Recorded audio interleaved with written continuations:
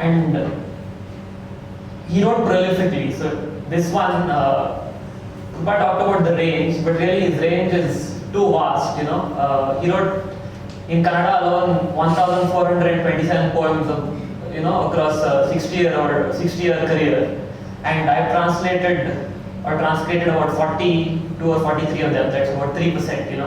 And I had to choose of those some to present here, and so these presentations are in no way representative of the diversity and range of his poetry. But what I've tried to do today is choose as many different types as possible from the selection of poems I had to choose from. And among them are at least 2 or 3 poems that are both well known and critically acclaimed. One of them especially so, and one that I'm looking forward to presenting. I thought I'd offer a biography of Bendre, a brief one, but then I decided that I'd offer a couple of anecdotes. So, like I said, he believed that Ambika, Tanaya and Dara Bendre were different, and so he's known to have gone up on stage in Sabhas and said that Dara Bendre offers 1,000 namaskaras to the great poet Ambika Tanaya Datta, without sort of, and actually meaning it.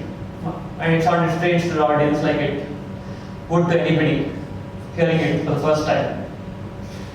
Also, when I wrote the summary, I said that it's intensely native, his poetry, which it is. He was from Dharwad, but it's also universal in scope.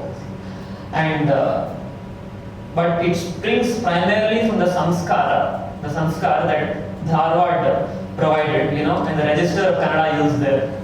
The tendency to call it a dialect, but given how Bendre used it, you could call that Kannada and other types of Kannada dialects. That was how proficiently and sublimely he used that. He also used regular Kannada, as it were, written Kannada.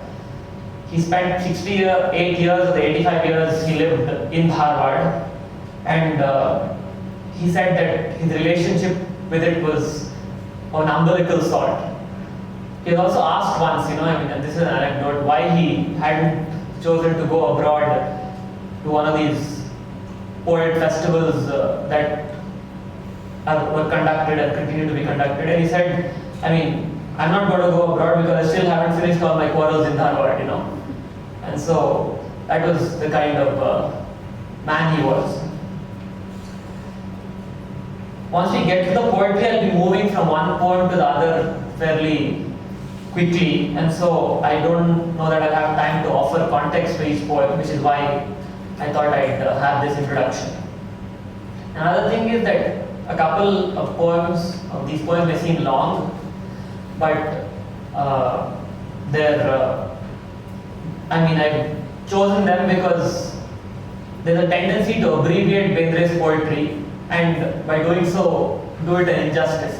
These songs abbreviate his poetry and take away all the rasa that you can possibly get from it, and I haven't wanted to do that, and so my translations are of these whole poems, and I'm going to present them as they are. I hope you won't find them too long. After all, he was a lyric poet, not an epic poet. And then one last thing is I've approached Bendre's poetry from the very beginning as, it's been about 4 years now since I began to translate it.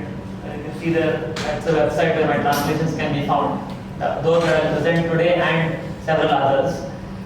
And I've always approached him as a rasika, sahridaya. Sahridaya meaning of the same heart. A rasika is one who looks to grasp the rasa. Bendre was especially fond, or wrote his poetry for the rasika. As he grew more and more accomplished, he had no qualms in quarreling with critics, but he reserved his appreciation for the rasika and constantly made that clear in his poetry and in his other writings.